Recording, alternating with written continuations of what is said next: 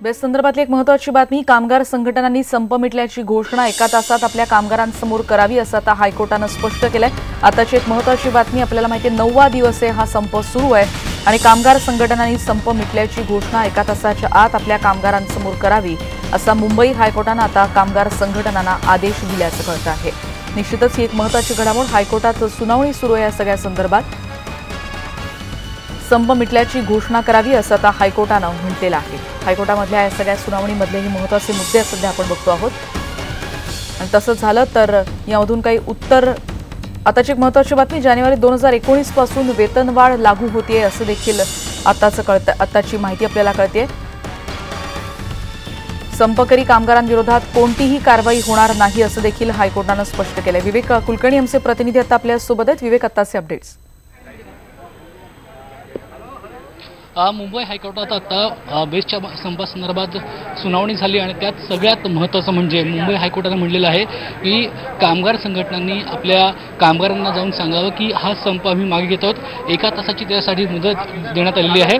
आज मुंबई हायकोर्टात जी सुनावणी झाली त्यानंतर कामगार संघटनेच्या वकील नीता कर्णिक यांनी म्हटलं की आज कोर्टात जे काही झालेलं आहे त्याची माहिती आम्हाला कामगारांना द्यावी लागेल आणि एका तासाची मुदत त्यांनी मागितलेली होती। कोर्टाने म्हटलं की तुम्ही एका तासात नेमके काय सुनावणी हायकोर्टात झाली त्याची माहिती कामगारांना द्या आणि हा संप मागे घ्या।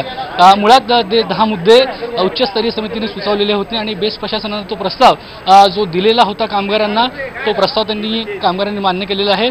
एका महिन्यात हे 10 मुद्दे त्याच्या मार्गी लावायचे आहेत आणि उरलेले जे 10 मुद्दे आहेत त्यांच्यासाठी एका मध्यस्थाची नेमणूक केली जाणार आहे आणि हे मध्यस्थ 3 महिन्यात ह्या सगळ्या गोष्टीची चर्चा पूर्ण करतील आणि कामगारांच्या मागण्या मान्य करतील असं ठरवण्यात आलेलं आहे। राज्य सरकार, मुंबई महानगरपालिका आणि बेस्ट प्रशासन यांच्या वकिलांनी ही भूमिका मुंबई हायकोर्टासमोर मांडली, ती कामगार नेत्यांनी मान्य केलेली आहे आणि एका तासाभरात साधारणतः ह्या कामगारांचा संप मागे घेण्यात येईल। मुंबई हायकोर्टाने तसे आदेश दिलेले आहेत कारण कामगार संघटनांचं म्हणणं होतं की कोर्टात जे काही झालेलं आहे ते आम्हाला कामगारांना सांगावं लागेल।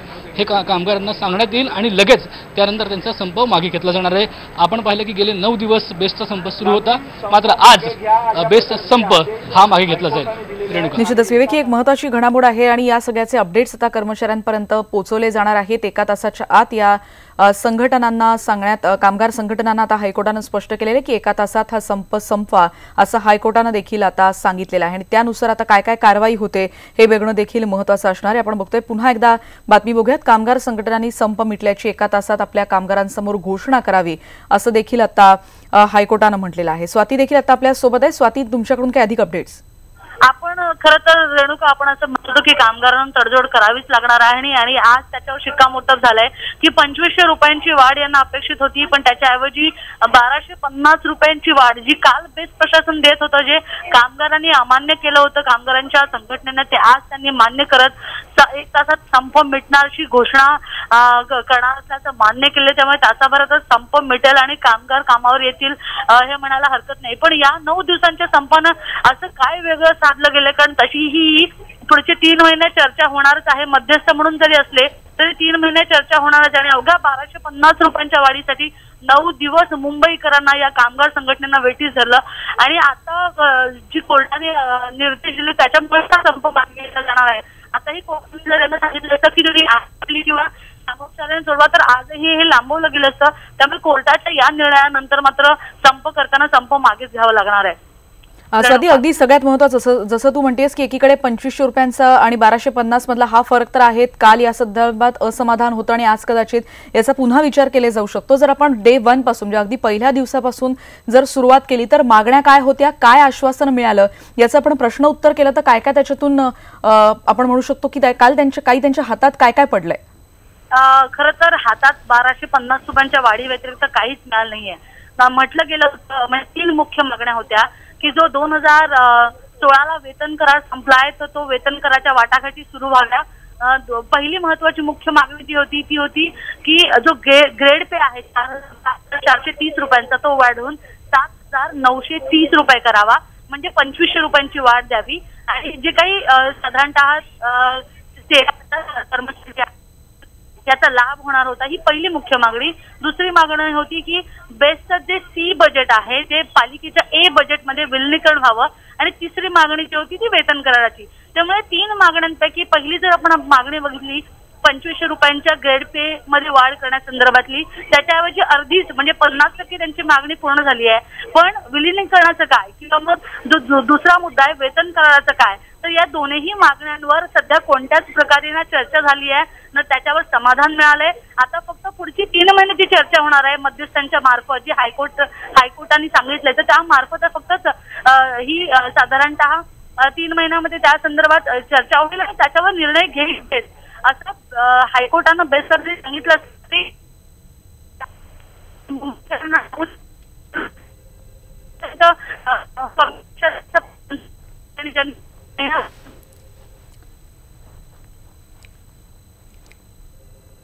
आपण पुन्हा एकदा विवेक कुलकर्णी आमचे प्रतिनिधी आता आपल्या सोबत आहेत. जसं स्वाती आता आपल्याला विवेक सांगत होती की कशा रीतीनं कोणत्या मागण्यांचा विचार करण्यात आलेला आहे आणि आतापर्यंत फक्त एकाच मागणीवर तशा आपण म्हणू शकतो की ठोस विचार झालेला आहे. या मध्यस्थाच्या करवी जी चर्चा होणार आहे आता येणाऱ्या काळात त्याचं नेमकं स्वरूप कसं असणार आहे, हायकोर्टाने या संदर्भात काय काय म्हटलंय?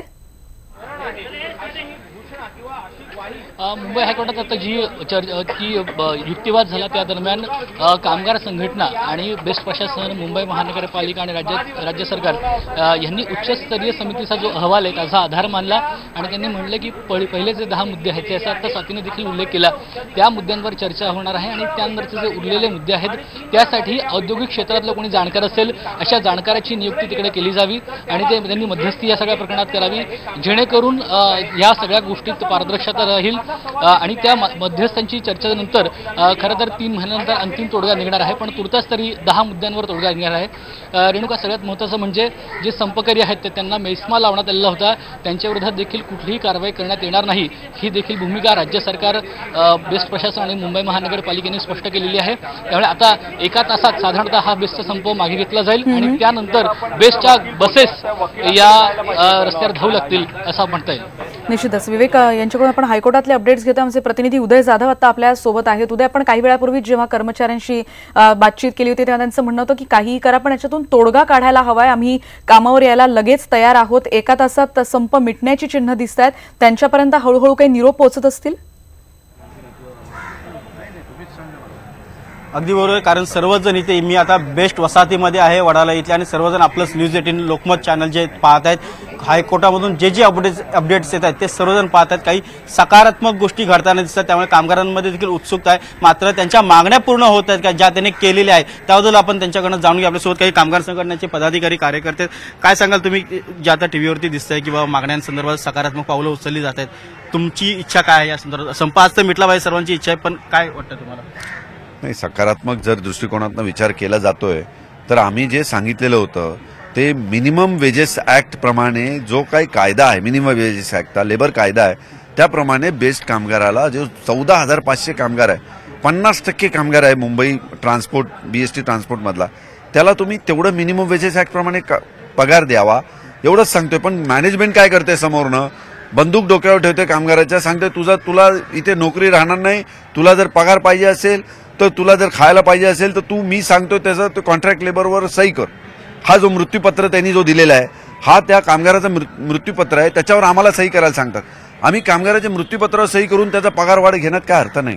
तुम्ही वेट लिझिंग म्हणजे कॉन्ट्रॅक्टवर बसेस आणि कॉन्ट्रॅक्टवर कामगार, मग तुम्ही जर हे घेतले तर आमचा कामगार बिनकामाचा राहणार आहे, त्याला कामावर ठेवणार नाही, तुम्ही कामावर काढून टाकणार माझ्या कामगाराला. तुमच्याकडे पुन्हा एकदा येणार, विवेक यांच्यासोबत आता याचिका करते देखील आहेत. विवेक, दत्ता माने आपल्यासोबत आहेत. दत्ता माने, काय चर्चा झाली नेमकी? इश्यूज आहेत ते काय नेमकी आज कोर्टाने जो निकाल दिला त्याच्यावर तुम्ही समाधानी आहात? काय तुमचं म्हणणं? तुम्ही याचिका केली होती दाखल? येस, मी ज्यांनी याचिका दाखल केलेली त्याच्यामध्ये आज युनियनने स्टेटमेंट केलेलं आहे की विदिन 1 तासामध्ये ते स्ट्राईक आहे ते कॉल ऑफ करतील आणि ड्युटीज रिझ्यूम करतील. आणि हॉनरेबल हायकोर्ट रिटायर्ड जज ॲज अ मेडिएटर म्हणून अपॉइंट केलेलं आहे. त्यामध्ये बेस्ट वर्करच्या ज्या मागण्या आहेत त्या मागण्याबद्दल डिस्कशन मेडिएट करून ते 3 महिन्यामध्ये रिपोर्ट हायकोर्टला सबमिट. खरं तर अशी परिस्थिती होती की काल वाटत होतं की कालच खरा संप मागे घेतला गेला पाहिजे होता, कारण कालच्या आणि आजच्या चर्चेत तसा फारसा फरक नाही युक्तिवादामध्ये. तुम्हाला असं वाटतं की एका दिवसाचा खरं डिले झाला या सगळ्या संप मागे घेण्यात? येस, असं वाटतं. मला असं वाटतं काय तुमच्या मुंबईकरांना दिलासा मिळेल या सगळ्याच्यातून? आता मागण्यांवर पूर्तता झालेली 10 स्टेप इन्क्रिमेंट ऑलरेडी दिलेला आहे बेस्ट अंडरटेकिंगनी बेस्ट वर्कर्सला, आणि जे 10 स्टेप अजून जे इन्क्रिमेंट आहे ते मेडिएटर डिसाईड करतील त्यावर. आणि ज्या वेतन श्रेणीमधला जो डिफरन्सेस होता त्याच्या संदर्भातला नेमका काय निर्णय झाला?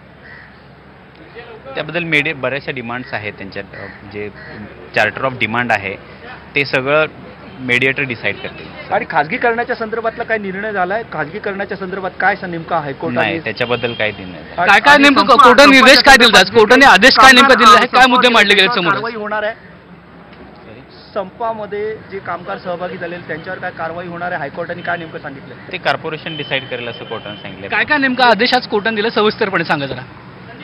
आज युनियनने स्टेटमेंट केले की स्ट्राईक ते कॉल ऑफ करतील आणि 10 स्टेप इन्क्रिमेंट आहे ते 10 स्टेप इन्क्रिमेंट ऑलरेडी दिलेलं आहे त्यांना विथ इफेक्ट फ्रॉम 1/1/2019. तुम्ही याचिकेत मुळात काय मागणी केली होती? मुंबईकरांच्या वतीने तुम्ही खरं तर याचिका केली होती, याचिका दाखल केली की जे स्ट्राईक आहे ते स्ट्राईक कॉल ऑफ करावं आणि ड्युटीज रिझ्यूम करावे. आपण बघतोय रेणुका दत्ता माने याचिका करते होते. त्यांनी मुळात म्हटलं होतं की मुंबईकरांना जो त्रास होतो आहे तो त्रास दूर व्हावा आणि त्यातून मुंबईकरांना दिलासा म्हणून त्यांनी याचिका दाखल केली होती. आजच्या त्या निर्णयावर त्यांनी समाधान व्यक्त केलं.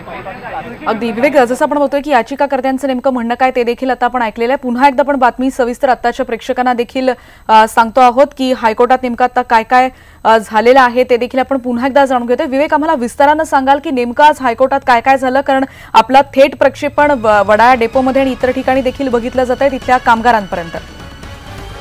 विवेककडे पुन्हा पण एकदा जाण्याचा प्रयत्न करणार आहोत, पण आताची एक सगळ्यात महत्त्वाची बातमी. कामगार संघटनांना 1 तासात संप मिटवा असे आदेश आता हायकोर्टानं दिलेले आहेत आणि हायकोर्टानं मागण्या मान्य करण्यासाठी आता यावर सगळ्या तोडगा काढण्यासाठी मध्यस्थाची नेमणूक केली जाणार आहे. औद्योगिक क्षेत्रातल्या एका महत्त्वाच्या व्यक्तीची यासाठी नेमणूक केली जाईल.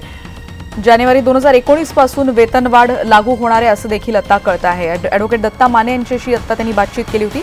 पुन्हा एकदा विवेक कुलकर्णी आता आपल्या सोबत आहेत. विवेक, आता प्रेक्षकांना आपण पुन्हा एकदा सविस्तरपणे सांगूयात कोर्टात टप्प्याटप्प्यानुसार नेमकं काय काय झालं?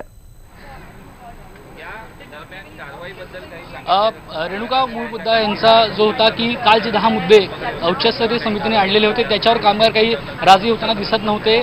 नेमकं ही चर्चा पुढे कशी केली पाहिजे याच्याबद्दल देखील काही वाद निर्माण झालेला होता. आज मात्र कामगार संघटनांनी असं म्हटलेलं आहे की जे 10 मुद्दे उच्चस्तरीय समितीने सुचवलेले आहेत आणि बेस्ट प्रशासनानं मान्य केले आहेत त्या मुद्द्यांवर चर्चा केली जाऊ शकते. त्यानंतरचे जे उरलेले 10 मुद्दे आहेत त्याच्याकरता मध्यस्थाची नेमणूक करण्यात येईल आणि ह्या मध्यस्थाच्या मार्फत ही सगळी चर्चा होऊन कामगारांच्या ज्या काही मागण्या आहेत त्यांची 3 महिन्यात त्याबद्दलचं उत्तर शोधण्यात येईल. त्याचबरोबर जी वेतनवाढ आहे ती 2019 जानेवारी म्हणजे या महिन्यापासूनची लागू करण्यात येणार आहे आणि त्याचबरोबर कामगारांविरोधात कुठलीही शिस्तभंगाची कारवाई केली जाणार नाहीये असं देखील यावेळेस मुंबई महानगरपालिका, बेस्ट प्रशासन आणि राज्य सरकारतर्फे स्पष्ट करण्यात आलेलं आहे.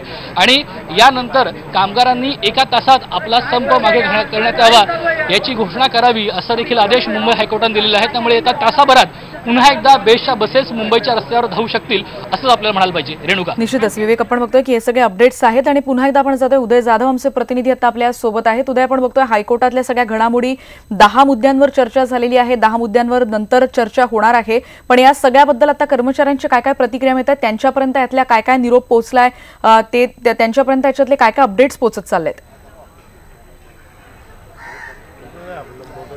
रेणुका, आता जी आपल्याला ताजी माहिती मिळाली आहे त्यानुसार हायकोर्टामध्ये ज्या तडजोडीच्या चर्चा सुरू आहेत त्यानंतर आता बेस्ट कामगार युनियनचे नेते शशांकराव हे स्वतः वडाळा येथल्या बेस्ट कामगार वसाहतीमध्ये येणार आहेत आणि ते या कामगारांशी चर्चा करून त्यांचा निर्णय जो आहे तो जाहीर करणार आहेत. आणि त्याबद्दलच आपण जाणून घ्या आपल्यासोबत इथले कामगार आहेत. बेस्ट कामगार, काय वाटतं, तुमची काय चर्चा झाली आहे तुमच्या नेत्यांशी? तुम्हाला काय हायकोर्टामध्ये जी आता चर्चा सुरू आहे, तडजोडीचं सकारात्मक चर्चा सुरू आहे, त्यावरून तुम्हाला काय आदेश देण्यात आले? अजूनपर्यंत आमच्याकडे काय आदेश आलेला नाही. टीव्हीवर जे काय न्यूज येतात त्याच्यावर आम्ही काही बोलणं करू शकत नाही. जे काय जजने निर्णय दिला असेल त्या निर्णयावर आम्हाला असं वाटतं की कामगारांचा विचार केला असेल. जर केला नसेल तर शशांकराव इकडे येऊन आम्हाला सांगणार आणि त्याच्यानंतरच स्ट्राईकवर जे काय निर्णय होणार आहे ते स्ट्राईकचा निर्णय आम्ही शशांकराव घोषणा करतील त्यावरच आम्ही निर्णय करणार. कारण आमची मागणी पूर्ण होईपर्यंत आम्ही मागे घेणार नाही हे आम्ही ठामपणे अगोदरच सांगितलेलं आहे. परंतु आता हायकोर्टाने सांगितलंय की 1 तासात संप मागे आपण पुढची सकारात्मक चर्चा करू. त्या संदर्भात शशांकराव यांच्याशी तुमचं काय बोलणं झालंय का? तुम्ही स्वतः कृती समितीचे सदस्य आहात, इथे आल्यानंतर संप मागे घेण्याची घोषणा होईल का? ते आता शशांकराव आल्याशिवाय आम्ही काय सांगू शकत नाही. नेमकं तिथे काय घडलंय ते आम्हाला डिटेलमध्ये माहीत नाहीये आणि लेखी दिल्याशिवाय आम्ही काय मागे घेणार नाही. त्याशिवाय आता शशांकराव जर येईल याचं तुम्हाला थोड्या वेळात सगळी माहिती भेटेल. आपल्या इतर काय वाटतं तुम्हाला या संदर्भात हायकोर्टात ज्या संदर्भात नाही, निर्णय आमच्या बाजून दिला तर बरंच आहे. मग आम्ही शशांकराव साहेब येऊन सांगतील त्यानंतर पुढचा मग आम्ही निर्णय घेऊ. त्यांच्या मतावर सहमत असू आम्ही. तुम्हाला काय म्हणता तुम्ही? हायकोर्टाने सांगितलंय की 1 तासात संप मागे घ्या. सकारात्मक चर्चा सुरू आहे. शशांकराव आता इथे काही वेळातच येणार आहेत. ज्या प्रकारे संप मागे घेण्याचं सुचवलं जात आहे त्या अर्थातच काहीतरी सकारात्मक घडलेले आहे घटना. आपण त्यावरती कसं बघतो? आम्ही पहिलंच सांगितलेलं आहे आमचं जे कोर्टामध्ये जरी त्यांनी सांगितलं एक तासाने तुम्ही मागे घ्या. जो आम्ही हा सर्व हे केलेला आहे ते आम्ही संपूर्ण कामगार आणि कृती समितीने केलेलं आहे. कृती समिती जेव्हा आम्हाला आदेश देईल कृती समितीला त्यांनी लिहून द्यावं की बाबा आम्ही तुम्हाला तुमच्या संपूर्ण मागण्या पूर्ण केलेल्या आहेत. आम्हाला त्यांनी लिहून द्यावं. आम्ही कामगारांना लिहून दिल्यानंतर आमच्या कृती समितीचे जेव्हा आमचे नेते मंडळी आम्हाला सांगतील तेव्हा आम्ही संप मागे येऊ. नाही तर हा संप कामगारांनी प्रतिक्रिया द्यायला सुरुवात केली पण त्यांचं असं म्हणणं आहे की शशांकराव जोपर्यंत येऊन अधिकृतपणे आम्हाला नेमकं सांगत नाहीत कोर्टातलं काय आणि नेमका त्यांचं काय त्या संदर्भातला निर्णय झालाय हे आपल्याला काही वेळातच कळू शकणार आहे. या सगळ्यांचे अपडेट्स तुमच्यापर्यंत पोहोचवत राहणार आहोत. एक ब्रेक घेऊन परत भेटूयात. पहा फक्त न्यूज 18 लोकमत.